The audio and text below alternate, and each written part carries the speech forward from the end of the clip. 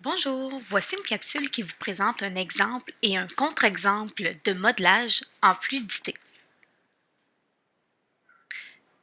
Cette capsule vous aidera à intervenir en fluidité et à planifier les interventions au niveau 1, mais aussi au niveau 2. La démarche que nous vous proposons s'inspire fortement de l'enseignement explicite, c'est-à-dire qu'on vous présente la première phase, le modelage, qui devrait être suivi d'une pratique guidée, de pratiques coopératives pour amener l'élève vers la pratique autonome. Afin de pouvoir préparer un bon modelage pour présenter une bonne fluidité, il faut d'abord connaître les caractéristiques de ce que c'est qu'une bonne fluidité. Bonne fluidité, c'est lire avec peu d'hésitation, lire par groupe de mots signifiants, tenir compte de la ponctuation, qu'elle soit adéquate, lire avec une expression et une intonation adéquates. La lecture doit se faire avec autant d'aisance que la parole, et c'est la raison pour laquelle les textes choisis doivent être courts.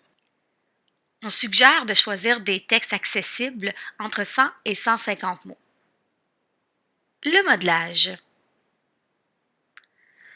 L'enseignant modèle une bonne fluidité, c'est-à-dire qu'il applique les caractéristiques d'une bonne fluidité devant les élèves en utilisant une tâche réelle, un texte assez court, en général entre 100 et 150 mots.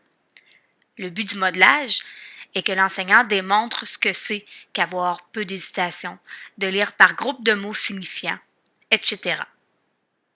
L'enseignant pourrait débuter par un modelage d'un contre-exemple afin de présenter aux élèves les erreurs à ne pas faire. Voici donc un exemple d'un contre-exemple avec un extrait de texte intitulé « La première tempête de neige ». De violentes bourrasques ont précédé la chute de neige abondante. Les routes sont devenues rapidement glacées et enneigées pour quelques longues heures.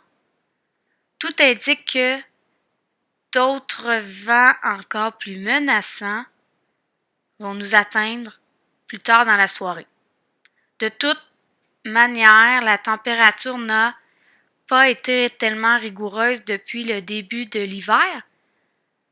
Tous les sportifs impatients sont contents de pratiquer enfin leur sport préféré, que ce soit le ski de fond ou alpin ou encore la planche à neige. Il y a au Québec un grand nombre de nouveaux sentiers qui n'étaient pas ouverts que durant l'été et qui sont maintenant accessibles en toute saison.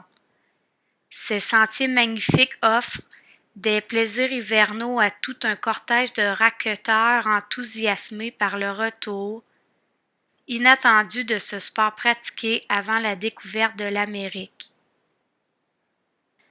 Voici maintenant un modelage positif du même extrait, la première tempête de neige. De violentes bourrasques ont précédé la chute de neige abondante. Les routes sont devenues rapidement glacées et enneigées pour quelques longues heures. Tout indique que d'autres vents encore plus menaçants vont nous atteindre plus tard dans la soirée. De toute manière, la température n'a pas été tellement rigoureuse depuis le début de l'hiver. Tous les sportifs impatients sont contents de pratiquer enfin leur sport préféré, que ce soit le ski de fond ou alpin ou encore la planche à neige. Il y a au Québec un grand nombre de nouveaux sentiers qui n'étaient pas ouverts que durant l'été et qui sont maintenant accessibles en toute saison. Ces sentiers magnifiques offrent des plaisirs hivernaux à tout un cortège de racketteurs enthousiasmés par le retour inattendu de ce sport pratiqué avant la découverte de l'Amérique. Voilà, vous êtes maintenant prêts à effectuer un modelage devant vos élèves pour les aider à améliorer leur fluidité. Merci beaucoup, au plaisir!